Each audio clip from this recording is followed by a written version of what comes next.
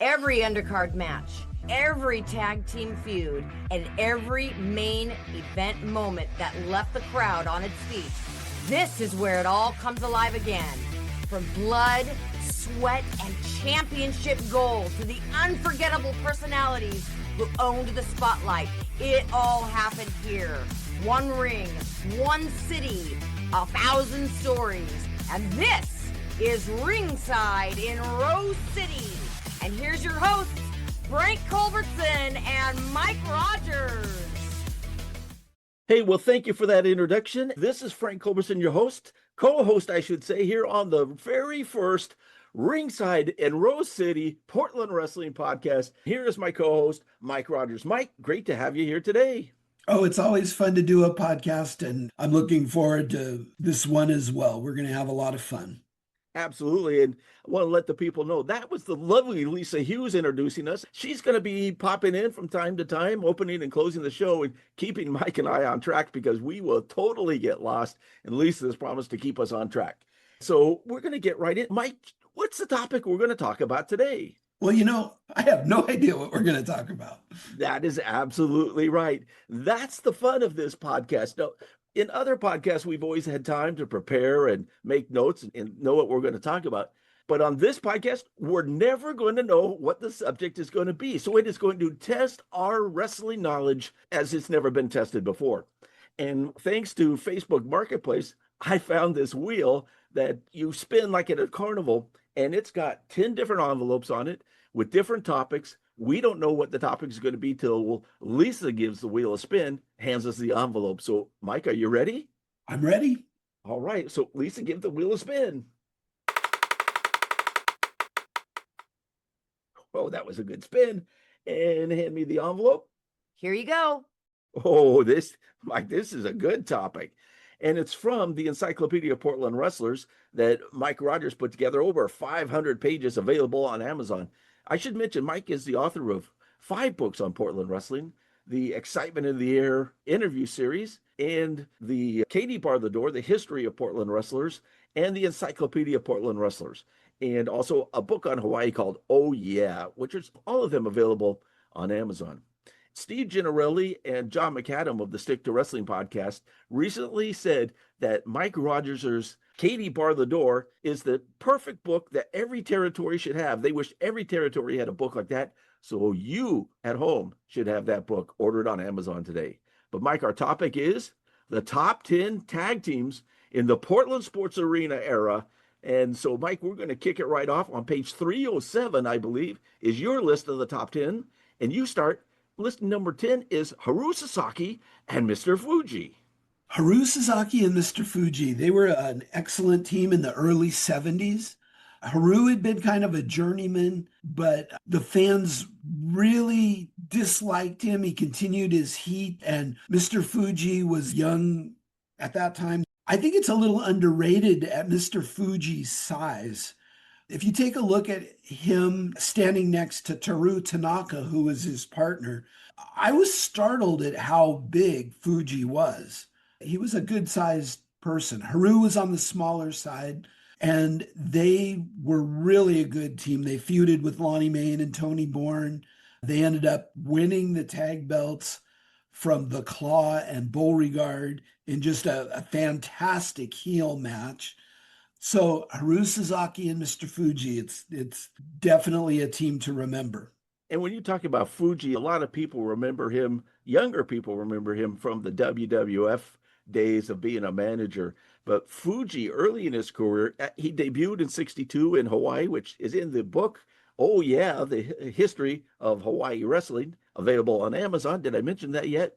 He was just an undercard guy until about '64 when he won the tag titles with King Curtis, and then came to Portland in '66 and was main eventing right away. Went back to Hawaii for a couple of years and returned in 1970. He was really over right away, even in the pre-Portland Sports Arena era. And I want to mention that Haru Sasaki, I remember him like absolutely forever. He actually started his career in 1958, which, Mike, is the year I was born. So Haru had been wrestling a long time. He wrestled in Portland almost his entire career, been gone for maybe 1 or 2 years. That's why people can remember him here in Portland, because he was always around. You mentioned Tony Bourne and Lonnie Main, but they also feuded with Frankie Lane and Lonnie Main. Tell us about Frankie Lane. We're going to see him come up a number of times in this tag team card we're talking about. Frankie Lane got into main events, but he wasn't on the upper echelon as far as singles. He did win the tag titles at least 2 times with Bobby Nichols and Lonnie Main. Kind of a journeyman, babyface talent. Used the Bulldog as his finisher. A solid wrestler. As you mentioned, mostly in tag teams is where he had his success in Portland. He was the typical journeyman wrestler, but that was number 10. But number 9, one of my favorite teams of all time, you mentioned them, it's the Claw and Beauregard. Mike, the Claw, other than if I have to give the Grappler props, I've known the Grappler for so many years. The Claw is the greatest masked wrestler in the history of Portland wrestling, maybe of the world. The Claw is such a great name, too. That's where it starts. The Claw. Just a great name for a wrestler. The Claw also had some very unique masks. And Portland had not seen a masked wrestler for a long, long time. So just the idea of a masked wrestler coming in was very appealing. His masks were unique and attention grabbing. So the Claw was a little bit bigger. The mask gave him that aura. He was a little bit shorter. I ended up knowing Big Tom Andrews, who was the Claw. And I was a little surprised he wasn't as tall as I expected, because the Claw has that aura. Beauregard was one of the greatest talkers ever in Portland. He wasn't a top wrestler, but one of the greatest talkers ever. They made a great team together. You mentioned great mask, and I like to tell fans the truth about when you're a young kid and love wrestling. I was the Claw and made Claw mask and dressed as the Claw for Halloween for a couple of years. Now, their first tag team match together was back in 1970. The Claw and Beauregard beat Johnny Costas and Woody Farmer. Mike, what do we know about Woody Farmer? Oh my gosh. I love the reference to Woody Farmer. We worked really hard on the Portland Wrestling book in the Encyclopedia. We tried to get every single wrestler that ever appeared in the sports arena, but we forgot one, Woody Farmer. Woody Farmer wrestled in the Bay Area. His son became a great wrestler. I believe this was his only appearance ever in Portland. If we ever redo the book, Woody Farmer will get in there. But that was their first match. You mentioned Frankie Lane earlier. They had the Claw and Beauregard feud with Frankie Lane and Lonnie Main. They broke up against Sasaki and Fuji. I can remember that like it was yesterday watching it on TV. The Claw refused to tag in the third fall. He turned his back on Beauregard as he came to the corner to tag out, and he wouldn't tag. And then Beauregard got beat down, and that was the end of the Claw and Beauregard. And the Claw would stick around for a while. The Claw would go on to team with Dutch Savage in a pretty vicious tag team, and then the Claw would lose a Leaf Town match and head back. I believe he went back to Nebraska, where he was originally from. Beauregard, very flamboyant. We had never seen anybody like him. Mike, there is an Easter Bunny story about the Claw and Beauregard, isn't there? There is. Beauregard doing great interviews, really timely interviews. It was a week or several weeks before Easter, and Beauregard threatened, let everybody know that the Claw was going to attack and choke out the Easter Bunny. Yeah, it's just, that's such a great visual and such a great promo, but it really upset kids, it upset the parents, and there was so much blowback on that Beauregard was forced to apologize and reminded people know that he'd hold the Claw back and it wouldn't be that bad, and the Claw still might get the Easter Bunny to a smaller degree, but it would all end up okay. Beauregard had to do the talking, as you mentioned, and when Beauregard came in, he was brought in specifically to be the mouthpiece for Lonnie Main, because Lonnie was not a great talker, and Beauregard was brought in for him. But the Claw didn't talk at all. I remember, I believe he only said 3 words in his entire career here in Portland, and that was when he would utter Main, born, destroy. Those are the only 3 words I remember that the Claw spoke. Easter Bunny survived, so good for that. Now we're moving on to number 8, and this is a team I saw in a bloody match against the Sheepherders, Roddy Piper and Rick Martel. Mike, what comes to mind when I say those two names? Such a great time period in Portland wrestling. Roddy Piper had turned babyface. Rick Martel was absolutely in his prime. Such a good wrestler. Putting those two together, they were so popular. If memory serves, they did not team for a long period. I believe it was fairly short, but they won the tag titles once or twice, trading them back with the Sheepherders. You take two single wrestlers and you put them together, and sometimes it doesn't work. With Martel and Piper, they clicked so well and they made truly a good team. And their matches with the Sheepherders were really classics here in Portland. Yeah, as a team, they really only wrestled about 15, 16 times over like 7.5 months, but they were also on top individually. Can you even tell if they were more popular as a team or as an individual?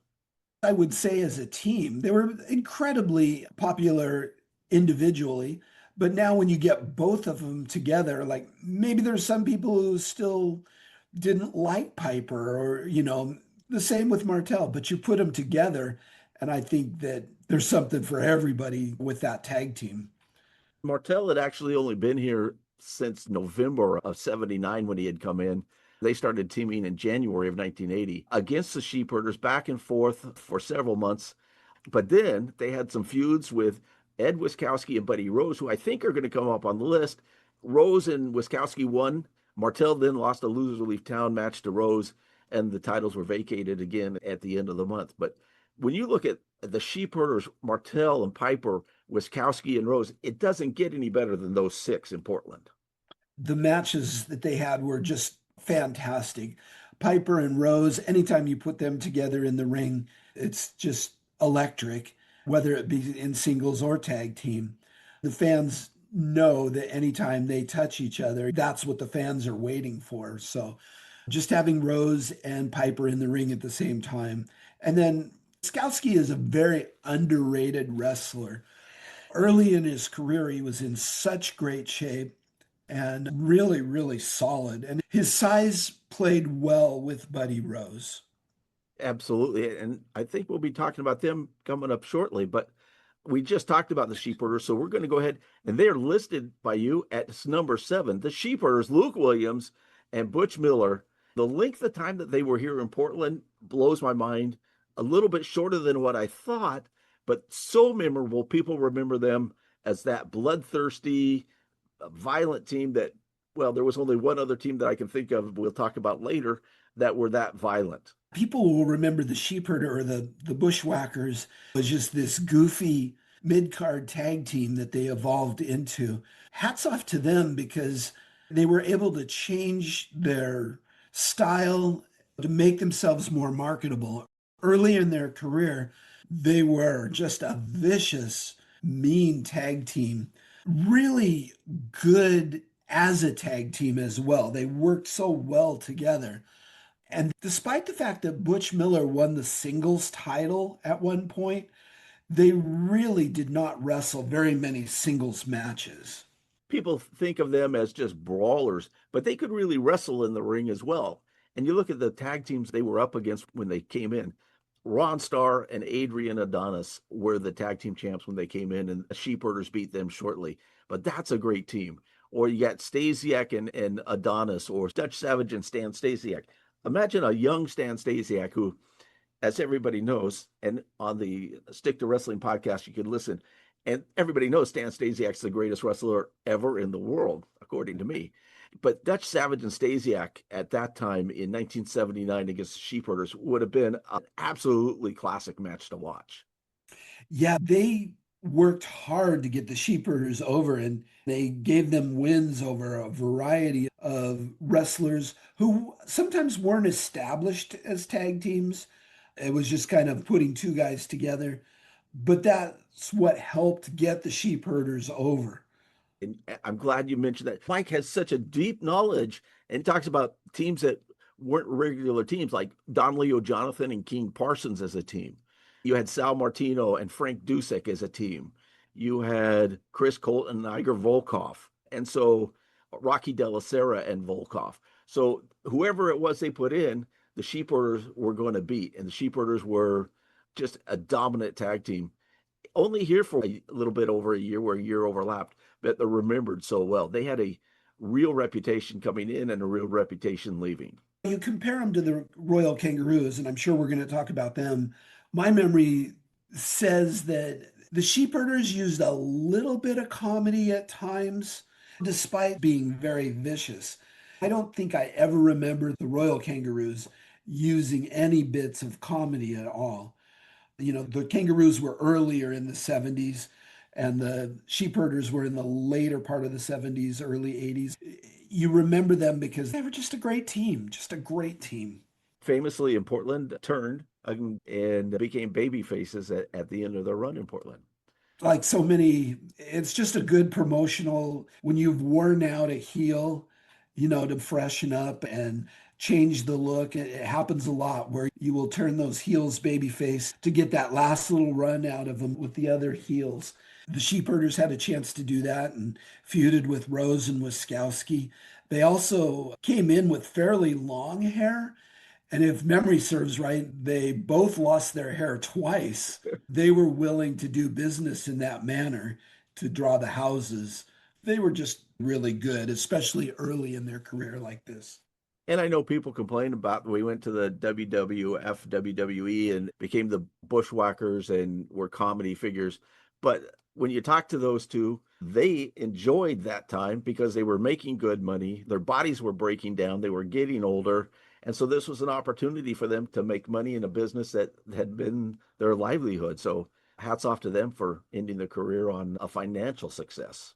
Oh, absolutely. They worked so hard early in their career and sacrificed their body for the fans. Nobody can begrudge them for working a lighter style and having a chance to make some good money. Speaking of a team that didn't work a light style, it's number 6. I want to remind fans, this is the Portland Sports Arena Don Owen era. It's not the pre-sports arena era, because if we did, this team might be number 1. But here it's number 6. It's Lonnie Main and Tony Bourne. Lonnie Main and Tony Bourne may have been the best tag team ever in the history of the Northwest. And we made that cutoff of just from the Portland Sports Arena.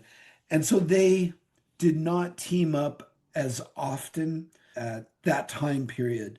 But Lonnie May and Tony Bourne in this time period, I believe and imagine, were probably full-turn baby faces. Lonnie May became one of the most popular wrestlers ever in Portland. Tony Bourne was the perfect foil for him because Tony could talk. Tony was smaller, the brains of the operation, and Lonnie was the wild card, crazy man. Even as heels or baby faces, their personas stayed the same. One of the best tag teams ever. Tony had been here for a long time. He first came to Portland in 1954, about 1 year into his career. Lonnie and him would go on to hold the tag titles 11 times from 1966 to 72. Most famously, on January 22nd of 1968, before the sports arena, Lonnie Main and Tony Bourne beat Pedro Morales and Pepper Gomez for the world tag titles. Mike, for a Portland wrestling historian, that had to be something that you hang your hat on. Oh, yeah, that is really just not something that happened in the world title matches. And they agreed to let the title change for a team that wasn't in the San Francisco area. That's really exciting for the Portland area fans. One interesting thing, at one point I interviewed Tony Bourne, and he was honest, and he said that Don Owen was not very enthused about Lonnie Main when Lonnie first came. Tony asked Don to let him oversee Lonnie and give him a little more time, and that he thought Lonnie could really turn into something. Tony was definitely right. Lonnie's so well remembered. And his career here really was from 68 to 72. And people remember him being here through 1989. But he passed away much earlier than that. His big runs were in 68 and 72, a few in 75, and the final run in 77. People just loved Lonnie Main and to root for him, no matter whoever it was against. Yeah, Lonnie was just unbelievable. He was so good. Frank, it's that time. What's that, Lisa? Oh, that sound? I know what that sound is. Mike, do you know what that sound is? No, you have no idea what sound is. There's another great part about this podcast. Little surprises for Mike as it is time to play Kayfabe Curveballs, where reality and trivia blur. And this is where I'm going to ask Mike 3 questions. I'm going to test his knowledge. It may be wrestling related, but probably not. And see what Mike gets right or Mike gets wrong.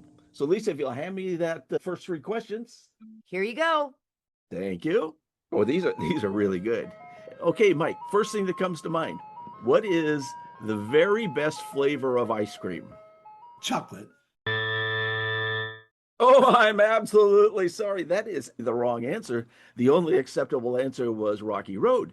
If in the future I ever ask what is the best frozen dessert, the answer is orange sherbet. But sherbet is not really an ice cream, so it doesn't count. But it is actually Rocky Road. That is the final answer. To the Batmobile. Let's go. In the 1960s television series, the classic Batman and Robin, who was the greatest villain they faced?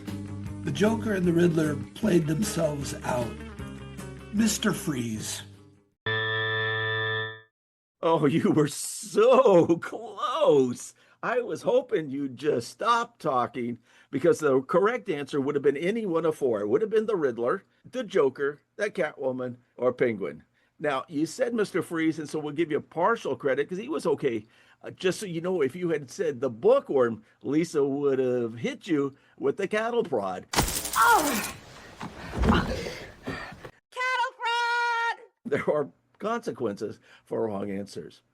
Okay, last question. This one is wrestling related. So, Mike, you got a good shot at this one. In Walport, Oregon, Dutch Savage is going to wrestle Bull Ramos.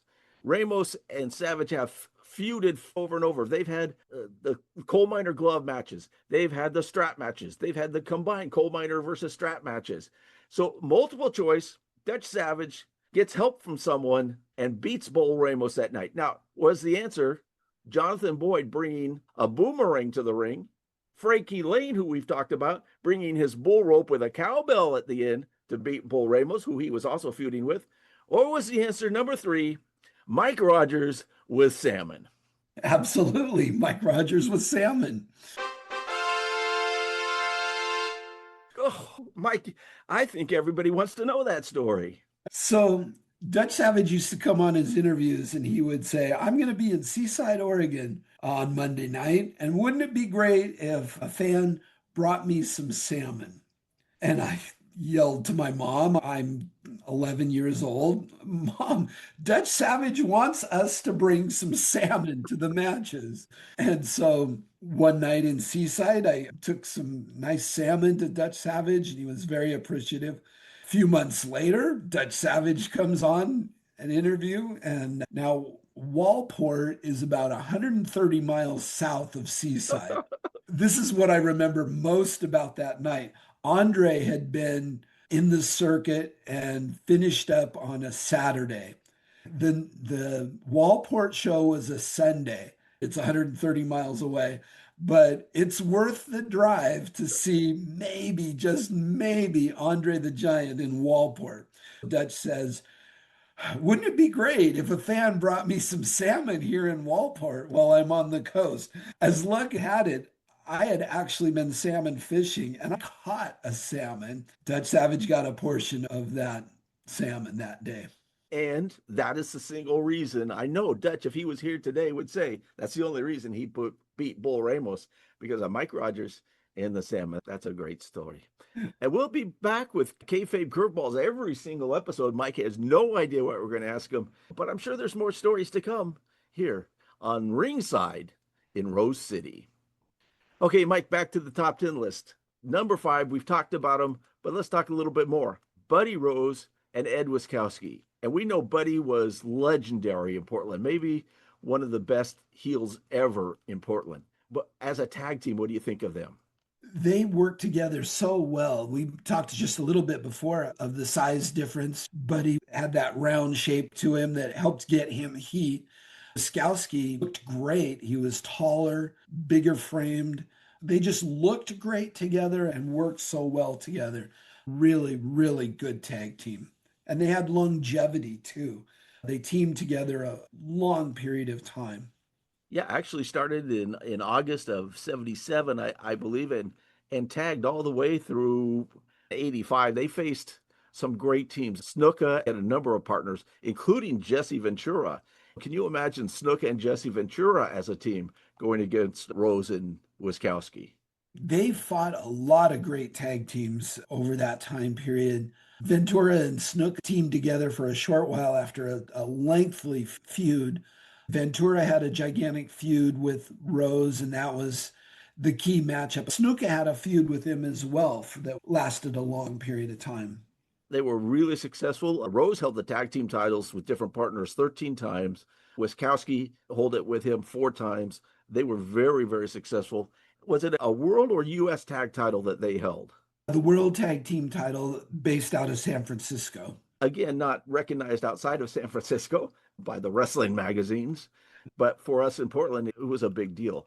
Rose was such a great singles wrestler as well, but in the tag teams, it really gave him a chance to, as he got a little bit heavier over time, gave him a chance to rest. He was such a great talker, better than Ed at talking. They were always a great tag team. And they feuded with the Sheep Herders, Savage and Boyd.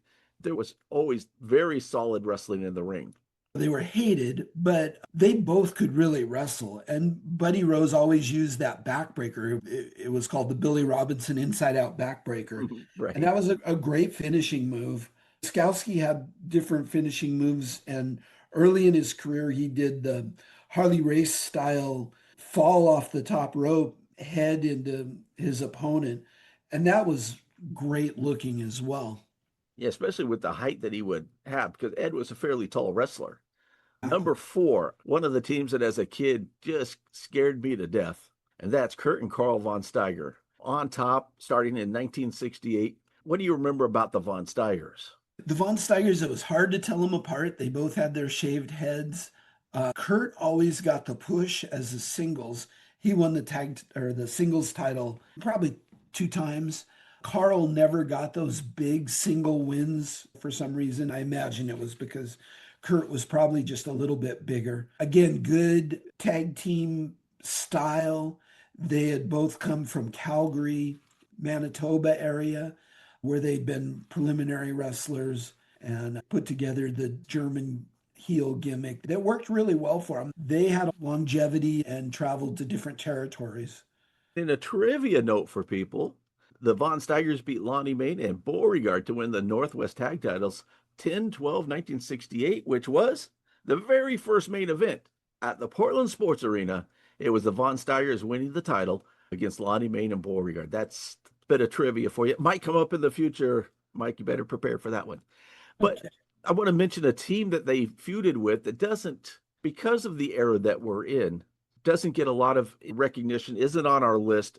But this team would be there, and that's Shag Thomas and Luther Lindsay. In late 68 through 69, they fought the Von Steigers over and over. Most of them ended in DQs with the Von Steigers being disqualified. But if we had gone to the pre-Portland Sports Arena era, Shag Thomas and Luther Lindsay would be one of the top teams we'd be talking about. Don Owen always did a really good job of pushing African-American wrestlers. As you talk about this, it's a slightly sensitive topic. He really didn't hesitate to push the African-American wrestlers. And Luther Lindsay and Shag Thomas were very popular, pushed to the top of the card. Luther Lindsay was always a very respected man. You always hear wrestlers, when they speak of him, nobody has a bad thing to say about Luther Lindsay. And Shag Thomas became a fixture in Portland over his years. Later on, he became the primary referee and extremely popular. Even as he late in his career, he got really out of shape, but that didn't hinder his popularity at all. And had a bar in Portland called Shag's Arena that has some questionable things happen at it, but never proven, so we can't say anything. But Shag's Arena was a fun place, evidently, for people to hang out. Now, the Von Steigers were here 68 through 71. but they would come back in individuals or as a tag team through 78. But after their initial run, they really were just a spot show type person showing up, weren't they? Yeah, they would show up kind of out of the blue every once in a while. I suspect that maybe they had some family here in Portland, but they would show up. Sometimes they'd get a little bit of a push. Sometimes it would just be like maybe they were only here for 1 week, and that would be a great stepping stone for whatever tag team that was being pushed because they really meant something even that late in their career. And speaking of something that meant a lot, talk about another tag title that was won by the Von Steigers that isn't acknowledged anywhere else. And that would be the AWA World Tag titles of Mad Dog Vachon and Butcher Vachon on their way to Japan. Yeah, that's a great story as well. The Vachons were heading to Japan. They stopped in Portland. They defended the AWA World Tag Team Championship. The Von Steigers win the belts. The Vachons go to Japan. They come back to try to regain their tag belts. They rematched on 316. Von Steiger in Portland. Von Steigers get disqualified and keep the belts. And then they lost them in Salem, which is something interesting to show how big Salem and Eugene were treated in the Portland area. You got big title changes and big matches in those cities. They weren't just house shows. They were really on top. It just seems a little strange. And yes, they were important towns, but the result of an AWA tag title change just seems like it should have been in Portland. We'll come to another strange booking thing a little bit later when we get to the number one. But number three, we've talked about one of these people before, maybe two. But number three is Dutch Savage and Lonnie Main. Dutch Savage and Lonnie Main, their charisma is really what pushes them up this far on this list. Dutch Savage was the no-nonsense, strictly business wrestler. Lonnie Main was the wild card. We've talked about him before. Together, they had such charisma. Outside of the ring, I'm not certain that they got along fantastically. There's been stories that they perhaps didn't get along. Together in the ring, they were really magic. They were both so popular. Dutch had just recently turned babyface. Lonnie Main had been babyface for a while. One thing that leads to their legend is, if memory serves, they didn't lose the tag belts. Lonnie left to go to New York for that early 70s run. And I don't believe they actually lost the tag belt. Right. It's funny because Savage and Main had been such bitter enemies for so long in the ring. And here they are teaming up. And some of the matches that they had, it was like the Skull and Tony Bourne against Lonnie Main and Dutch Savage. And I know the Skull was a tremendous choice for Tony to pick up. But Tony and Lonnie, even though they tagged a bunch, in 72, they were opposite each other. Then you have Lonnie and Dutch against the Skull and Bull Ramos. So people that had giant feuds were in tag matches against each other. It's a way to keep those feuds going without them being in singles action. And one of the things that is really interesting is Lonnie and Tony were baby faces, and Tony started being obnoxious in their interviews. Then Tony attacked Lonnie's dad in an interview. That's when Lonnie and Tony started feuding very heavily. Tony needed a partner. At that point, Tony was just about at the edge of his run where people would take him seriously as a singles wrestler. So having the Skull come in, who will be better known as Bugsy McGraw, was like magic. He was so good here as the Skull. He played the big kind of mute guy who would just utter a couple words. He ate some raw meat on one of his interviews, and it's just so memorable. And a match I know that you would have paid to see if you could, and that was in 73. Lonnie came back for two matches in 73. He'd been gone for a while. Lonnie and Dutch took on Bull Ramos and Ripper Collins. That's a tag team. Oh, Ripper Collins, one of my favorite heels ever. He had so many aspects of heeldom about him. His blonde hair, he had a Buddy Rose-like body. He was fat. A viciousness about him. He borrowed the Fred Blassie gimmick, did one interview where he's filing his teeth, and he did a lot of biting in his matches. His finisher was called the Oh Poo Drop, which was just a knee to the private regions. There was always that gray area if this was a legal finishing move or not, but he seemed to get away with it every week. Just such a devastating finish move. Well, we're almost at the end, but we got number two, and we've talked about one of these members already, but number two, Dutch Savage and Superfly, Jimmy Snuka. They had some longevity to them. I think Dutch was savvy enough to hook himself up with one of the most unbelievable young wrestlers who was destined to be one of the top wrestlers in the world. They teamed up for close to 3 years, maybe even a little bit more. Snuka looked so fantastic and was so electric wrestling. His leaps off the top rope, and he exuded that excitement while he was wrestling. And then Dutch, again, just the solid business-like person, no frills, no gimmicks for him, just a straight wrestler. They complemented each other so well. They would win the tag title 6 times. When they first got together, we mentioned one of these teams already, Bull Ramos and Ripper Collins. Snuka and Savage are feuding with them in early 73. Then Ramos leaves, and so Collins has this other guy that comes in, a guy named Greg Valentine, and Ripper Collins as a tag team. That had to be a very young Greg Valentine. It was interesting because when Greg Valentine first came here, they weren't sure if he was going to be a babyface or a heel. And the reason why I say that is he gave an interview on Saturday night. The next night, they were in Seaside in a match that I had a chance to see. It was a battle royal. Greg Valentine and Jimmy Snuka were the last two in the ring. They walked around each other. They were very cautious. They teased fighting, and then they shook hands and split the battle royal, which, very unusual because it had appeared that Valentine was going to be a heel, but usually it's cut and dried. Oh, that guy's a bad guy. Oh, this guy's a good guy. With Valentine, that especially that first week, it just wasn't clear. And maybe the promotion hadn't decided they were going to give him a look and see which way they were going to lean with him. Another interesting point is Valentine and Collins had not teamed up in Portland at all. Collins was teaming with Mickey Doyle, and they went to Hawaii and they got paired up, teamed up in Hawaii, and they won the Hawaiian tag titles.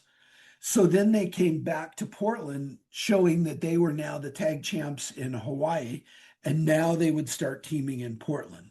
And there was a lot of correlation, probably because of the Francis family, between Hawaii and Portland. And some things happened there, being tested in Hawaii or Portland and back and forth. So a lot of crossover. Yeah, they wrestled as a tag team through 1977.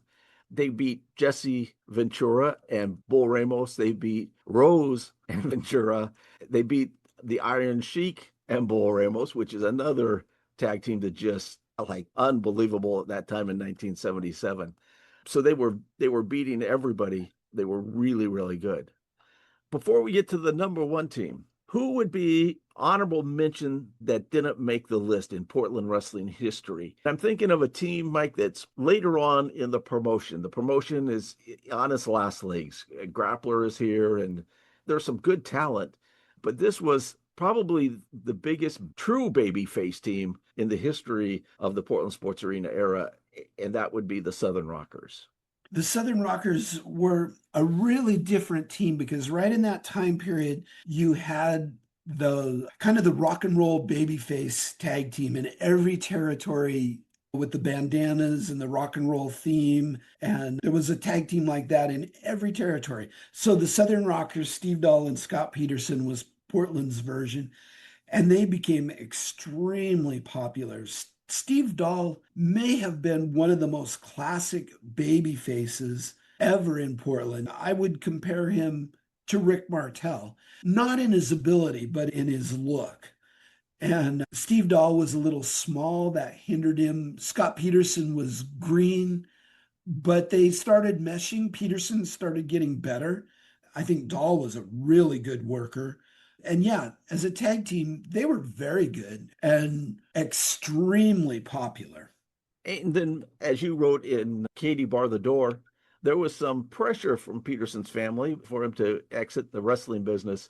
Another young wrestler in the territory was picked up, and they were the Southern Rockers as well. Rex King joined Steve Dahl. They even made it to the WWF as a team called Well Done.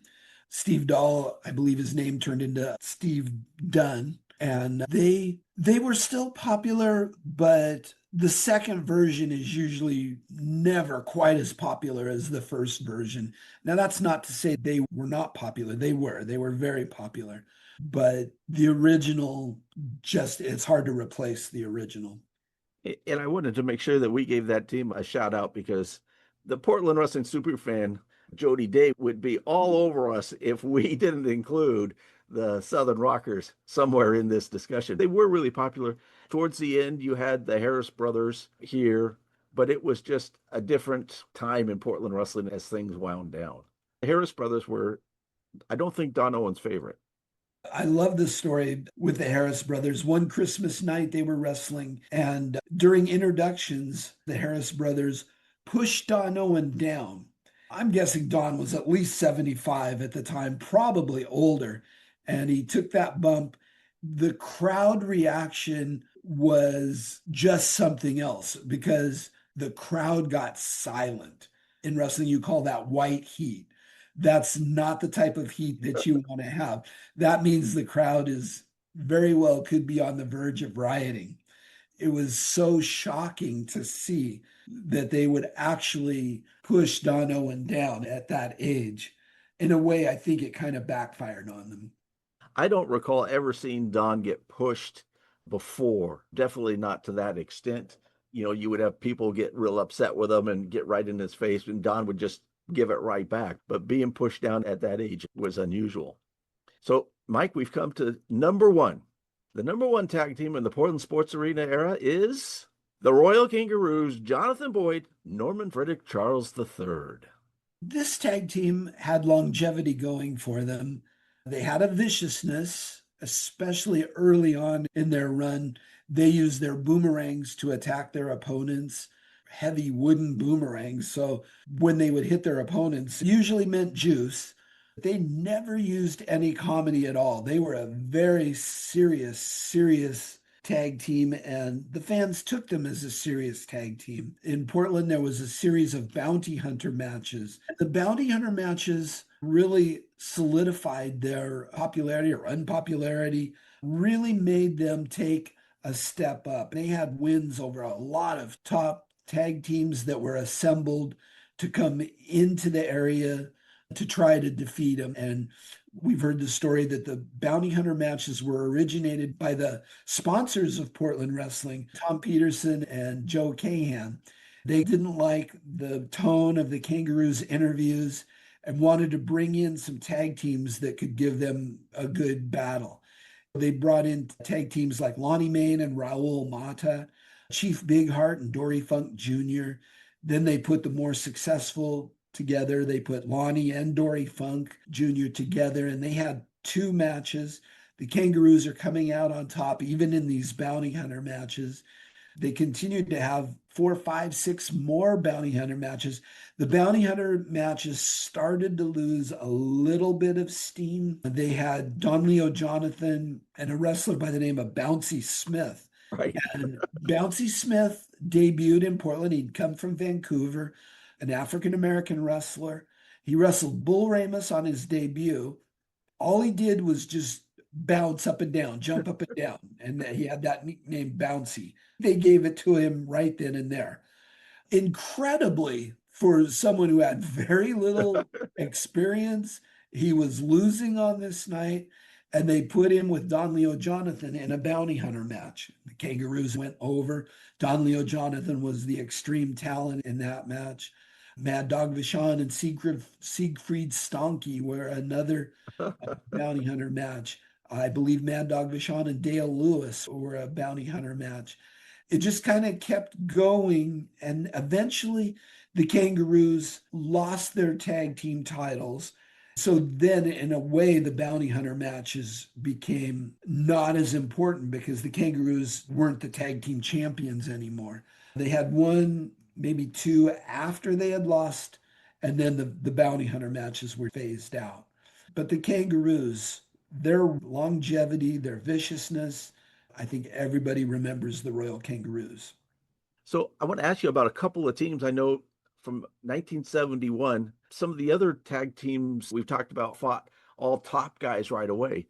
But the Kangaroos did beat Frankie Lane once again and Jimmy Snuka, Ed and Bill Francis for 71. They wrestled quite a few times. And then this other team that I'm surprised you didn't put them at the top of your list. They beat Lynn Shelley and Eric Froelich. That's obviously a mistake. First of all, Lynn Shelley and Eric Froelich would have been victorious. I must not have realized that they did team up, because they would be the number one tag team ever in Portland wrestling. I saw that and I was like, if the fans don't know, Mike loves the babyface, athletic, good guy wrestler like a Lynn Shelley, Eric Froelich, Bobby Nichols. Those type are Mike's type of wrestler. Another one that we don't talk about much is Super Hawk. Now, Super Hawk lends another bit of layer because he was that baby face, good looking, great wrestler, and he wore a mask, which is like, that's just the best. A baby face masked preliminary wrestler, that's the best. The team was here through 77. Rose and Ventura beat the Kangaroos in a street fight. That was the end of Norman Charles III in Portland wrestling as a tag team. Jonathan Boyd would stick around and actually become a face and have a long and successful career in Portland, wouldn't he? Yeah, absolutely. He's here even through the late 80s, as now he's bald with a big ZZ Top beard, carries around a snake often. He had that time period where he was out of wrestling after an auto accident in the San Antonio area. So he came back, continued to wrestle. His style obviously changed. He wasn't a big bump taker at that point, in the late 80s, but still he had that menace. Before he had long hair, and now he's changed where he's bald and has that menacing look about him. I hope fans go pick up the Encyclopedia of Portland Wrestlers. We have the results of every single match at the Portland Sports Arena, whether it was a Saturday or a Tuesday night special. Fans like to see, and I know Jim Cornette harps on it, who we're supposed to root for. Good guy versus bad guy matches. But in Portland, a lot of the tag team matches, the really great ones, were heel versus heel. Ventura and Ramos against Boyd and Norman Charles is an example. They had a number of those matches. And so it really depended upon the people in the ring and their ability to make you just really want to see each other beat each other up and have no idea who's going to come out on top. Those heel versus heel matches, Portland did them often. I think the fans really liked them, and they were big draws. When you had Bull Ramos versus the Skull, Ripper Collins versus Bull Ramos, and Piper and Killer Brooks versus Rose and Wiskowski at the very start of it. They're both heel tag teams. I think the fans really liked that style of match. Absolutely. Well, we've made it through the first episode, the premiere episode of Ringside from Rose City. And it's been Mike Rogers and me testing our wrestling knowledge. We don't know what the next topic is going to be. Lisa is going to come and give the wheel another spin in our next episode. We have no idea. It could be another top 10 list. It could be about a specific wrestler, any number of things. It will not be the favorite flavor of ice cream. I know that one is not on the list. We hope you enjoyed this and will subscribe on Spotify, on Apple, or YouTube, Portland Wrestling 2000s, wherever you get your wrestling podcast. And as we say for Mike Rogers and Frank Culbertson, that's wrestling the way it should be. Lisa, take us home. And that's a wrap from Ringside in Rose City, where one ring, one city, and 1,000 stories never fail to deliver. I'm Lisa Hughes, and this has been a Yaski production. Catch every episode on Spotify, Apple Podcasts, or wherever you get your wrestling fix. Until next time, keep your boots laced, your popcorn buttered, and your stories ready.